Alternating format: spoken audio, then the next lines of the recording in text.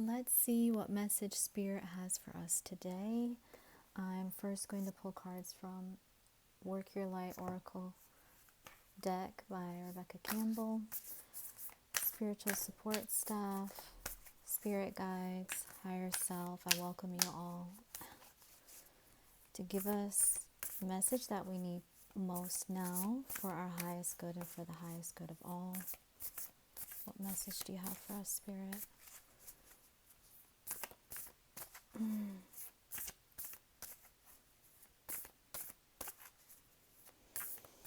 Right away I'm hearing, take a deep breath.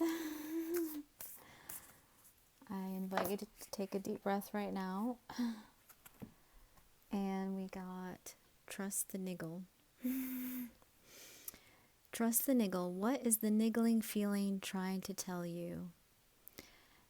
So in this picture, you can see it's very dark around her, but she's holding her stomach in our gut. Our gut tells us a lot. They say it's one of our brains. We can get a lot of guidance from our gut feeling, from our intuition. And this is, excuse me, as my throat chakra is going, it's an invitation to trust your intuition more, to follow what your feelings are telling you, because our feelings are oftentimes more helpful than our thoughts. So this is just guiding you to really get clear on your feelings, become more aware of your feelings. I've been doing that a lot more lately. Like I've started to notice how I can feel when my spirit guides are around me. So like the hair on my hands maybe, or your arms, or they'll stand up, they'll feel like a tingling, or I'll get a tingling right here in my head, or all around my head I'll get a tingling feeling, or I'll suddenly feel cold or flushed. Honestly, when I'm connecting with another person, a lot of times I'll get flushed. Like if I feel someone is looking at me, I'll just all of a sudden get a flush. Yeah, I think feelings are really powerful. They can tell you a lot. And then I'm also drawn to the fact that everything is black and white except for her cloak, which is violet. And that is a reminder to consider doing some meditations or visualizations around the violet flame of transmutation. As we grow, take on all these beliefs, and they seem to help us in the moment, and they seem to keep us safe at the time we attach to them. But as we get older, we become adults, and we become stronger.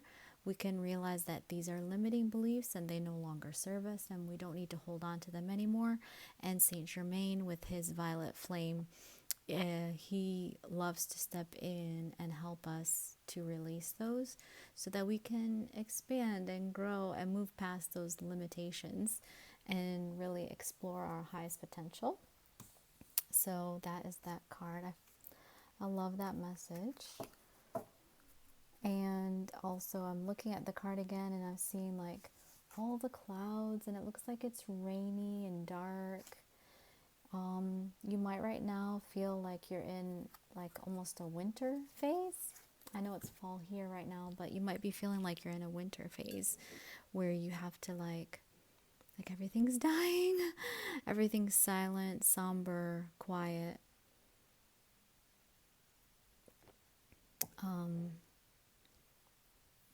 But those are the moments like when the seed is in the soil and it's in the dark. That is just before it bursts and explodes into the light and becomes this new, beautiful creature. So don't forget that at each stage of our life is important. And this time that you're in right now, it might be very uncomfortable. I'm sorry about that, but it is important.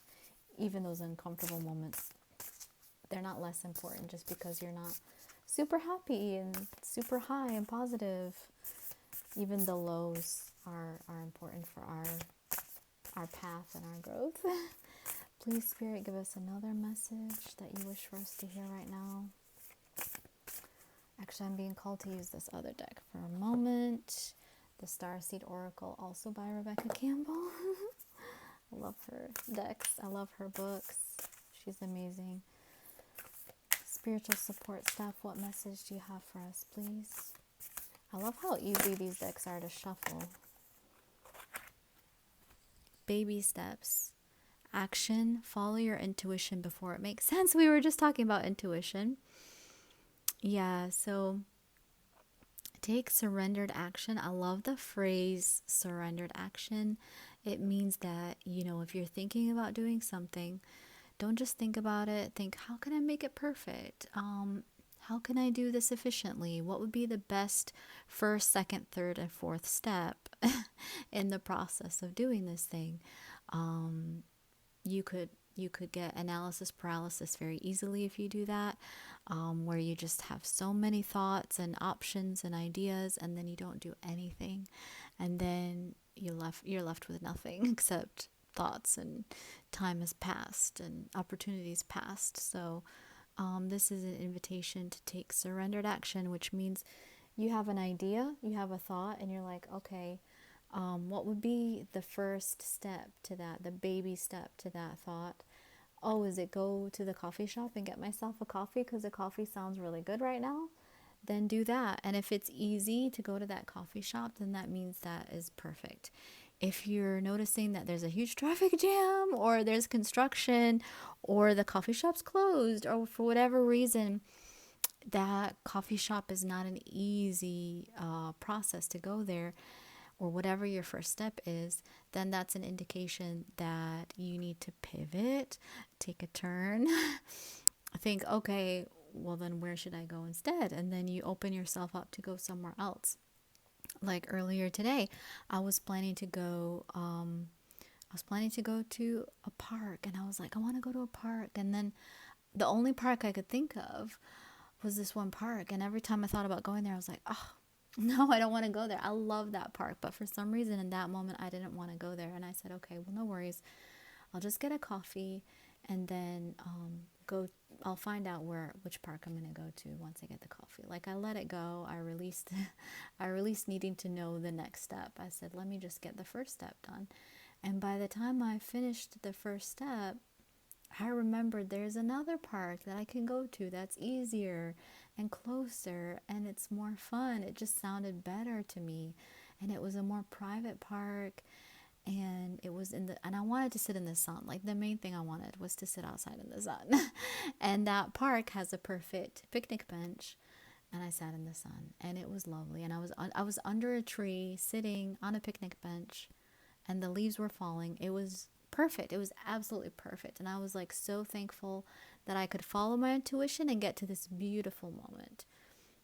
And I felt so good in that space under the tree. I actually connected with one of my ancestors, and I let in all this love, and it was just an amazing process of letting go of the like ego of I have to do it by myself, I have to be perfect, I have to just grin and bear it, just get through it all on my own. I said, you know what, no, I can call in support, and I can ask for help from my spirit guides, and I can trust, and I don't have to do this all alone. And so that was an amazing moment that I think the whole atmosphere of being outside alone, no distractions, no one to talk to, nothing to do, nowhere I had to be. Once I realized, okay, I was looking at the tree, I saw the leaves fall, and I remembered that I wanted to connect with my ancestors under a tree at some point. So I said, okay, is now a good time? First, I connected with the tree and immediately felt so much love that tears came to my eyes. And I was like, oh my gosh, tree, thank you for this love. And then I thought, why is it so uncomfortable that you would give all this love to me, and it would make me feel like overwhelmed and uncomfortable? And then I remembered I need to get more comfortable receiving love, receiving energy. So I hope that story helped someone. I really went off on a tangent, but yes, so follow your intuition before it makes sense.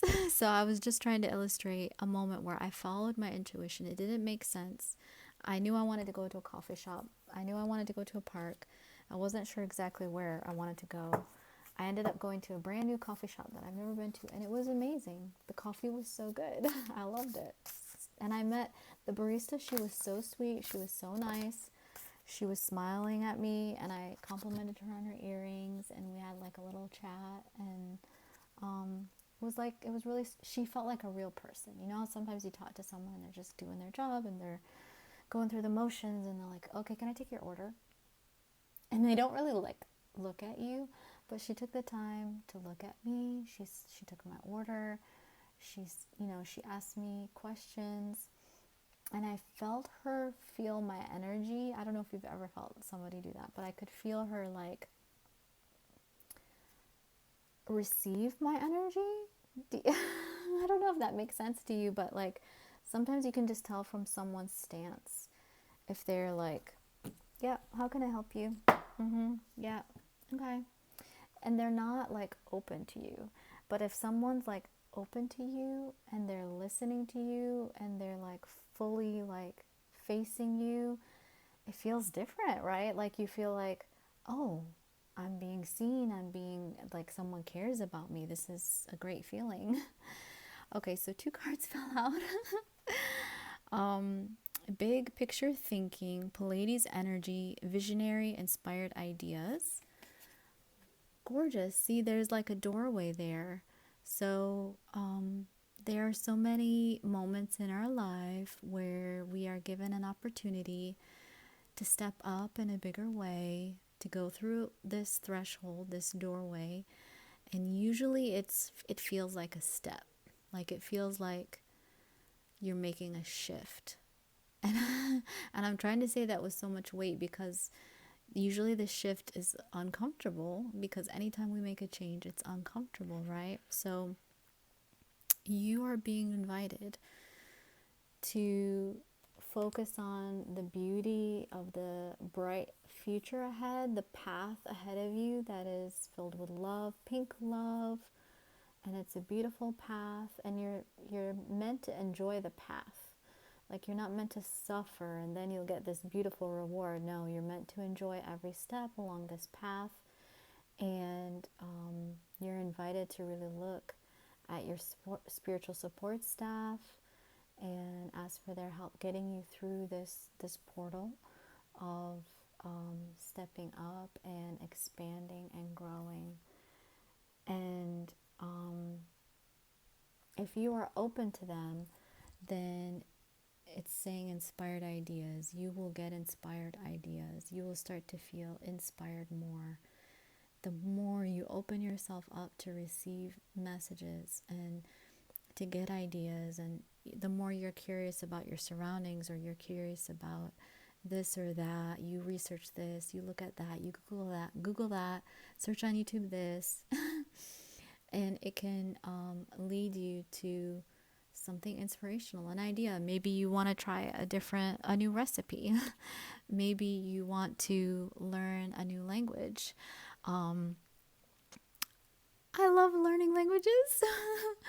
I love learning languages and learning about other cultures and gaining wisdom and insight from other cultures. So if you know a language other than English, which obviously English is my mother tongue, if you know a language other than English, please comment a new word for me to learn in your language. I love challenges like that. And please put the word in that language and then the meaning in English. Translate it for me, please. And I will try to do a video where I say them. I'll try to pronounce them. Try to see if I can pronounce them correctly. Yeah, that would be so cool. So if you want to hear me say a word in your language, your mother tongue, I would love to. I love doing that. Like if I am traveling and I get to talk to someone that has another mother, their language is different than English, I will be like, oh, how do you say this in your language? Oh, how do you say that in your language? And I love connecting with people in that way, you know. I think because I have so much of my life felt out of place for several reasons. Not It's not a bad thing. It's just that I have been the person in the room that feels untethered, awkward, out of place so many times. So many times that I really feel called to not let anyone else feel that way. But yeah, so, and also like when I've traveled and I've heard people that speak American English, I'm like, oh, cool, it's so fun. I used to live abroad, so I would be like, oh, you speak American English? Oh my gosh, that's so cool. And immediately you feel like this connection with someone. So I love to speak, I'd love to speak your mother tongue, and then we can have that connection too. That'd be so cool. Anyways, that was a huge tangent. Sorry. But yeah, so what inspires you? What sounds exciting? What makes you curious? Are you curious about traveling to another place? Maybe research it, watch videos about that place. Maybe, yeah, just there's so many things that you can be curious about. Do you feel like making a puzzle, putting together a jigsaw puzzle? Yeah, that can be cool. All right, and then this is the other card that pulled out. How do you say this? Hyraith? Hiraith? Maybe you can help me in the comments. How do you pronounce that? Hiraith? Yeah, interesting. Maybe it's a planet that I'm not familiar with. It says longing for home, homesick for the stars. Yeah, that's really a gorgeous card, and it's all pinks and pastels, and to me pink means love, and then it's got the violet purple colors as well. Very gorgeous. Oh my god, I was just talking about this. Look how she's by herself, all alone and untethered, like barely. She's supported by this very precarious rock. She's not supported hardly at all. It's all clouds and air, and yeah, nothing around her. That's like how I've been feeling so much of my life, right? So wow, interesting. Yeah, longing for homesick for the stars. Gosh, I was just talking about that. That's, thanks Spirit. I love signs and synchronicities like that. Let me read from the book what that one is, because I've never pulled this card before. I've had this deck for years. I love this deck, and I've never pulled this card before. 74. Let's see what the book says about this card. Hyraith is a Welsh word. Oh, okay. Hyraith is a Welsh word that's difficult to translate, but it refers to a certain longing for homesickness, longing or homesickness, a yearning for a home or a place to which we cannot return. Ooh. This unexplainable, unshakable longing for home is common in starseeds and old souls. Perhaps you've had it since birth. Yeah. So if you also resonated with that feeling, then this is a confirmation that you are most likely a starseed or an old soul, or both. For some, it's a distant memory of a planet, galaxy, or star system in the universe that their soul remembers and yearns to return to, a place they may have experienced more than Earth. For others, it's a longing for the unity of Source, God, a remembering of interconnected oneness. This yearning can lead some starseeds to travel, searching all corners of the planet to find a physical place that feels more like home. For others, it can manifest as a need to find home in people, communities, and relationships, a journey to find somewhere they truly belong. Yeah, I can really resonate with that. Oh, and then the next words say, if you resonate with this yearning for home, but don't really know where home is, you're being invited to remember that your soul chose to be on Earth. You're being called to fully commit to embodying your life. You're being reassured that you didn't come here alone and that your soul consciously decided to experience what it's like to be a soul in a human body on this planet at this time. You're being called to anchor all of your presence, your personality, your soul, and your spirit in the here and now. Yes, I've gotten this message on another place too, where, don't dim your light, don't dim yourself to fit in, don't play a role that you think you're meant to play, even if you think it's being kind to others. Like sometimes, you know that it's expected of you to, in this moment, be very solemn, but maybe something inside you really wants to crack a joke. So, this is almost a way to say, like, look, be yourself, crack the joke when you want to. It's possible that you cracking that joke has helped someone step out of sadness and remove themselves from sadness, and actually see that life can be simple, sweet, and funny. And then the last, two sentences say, you're being invited to fully commit to living this life right now, to commit to putting 2 feet completely in.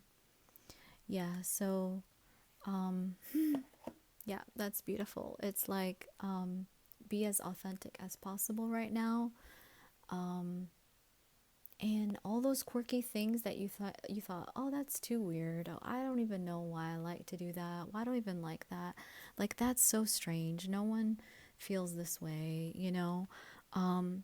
Actually, you never know. There might be other people that are really interested in that thing that you're interested in, and won't think that it's too strange at all. They will love that about you. They'll be like, oh, that's that person that likes chewing gum all the time or whatever. I don't know, something crazy, and you're like, what? Really? You like that about me? So yeah, that is going to wrap up the message for today. I hope that you enjoyed. Let me know in the comments if anything resonated with you. I'd love to hear it. Of course, always use discernment and only take what resonates. Sending you all love.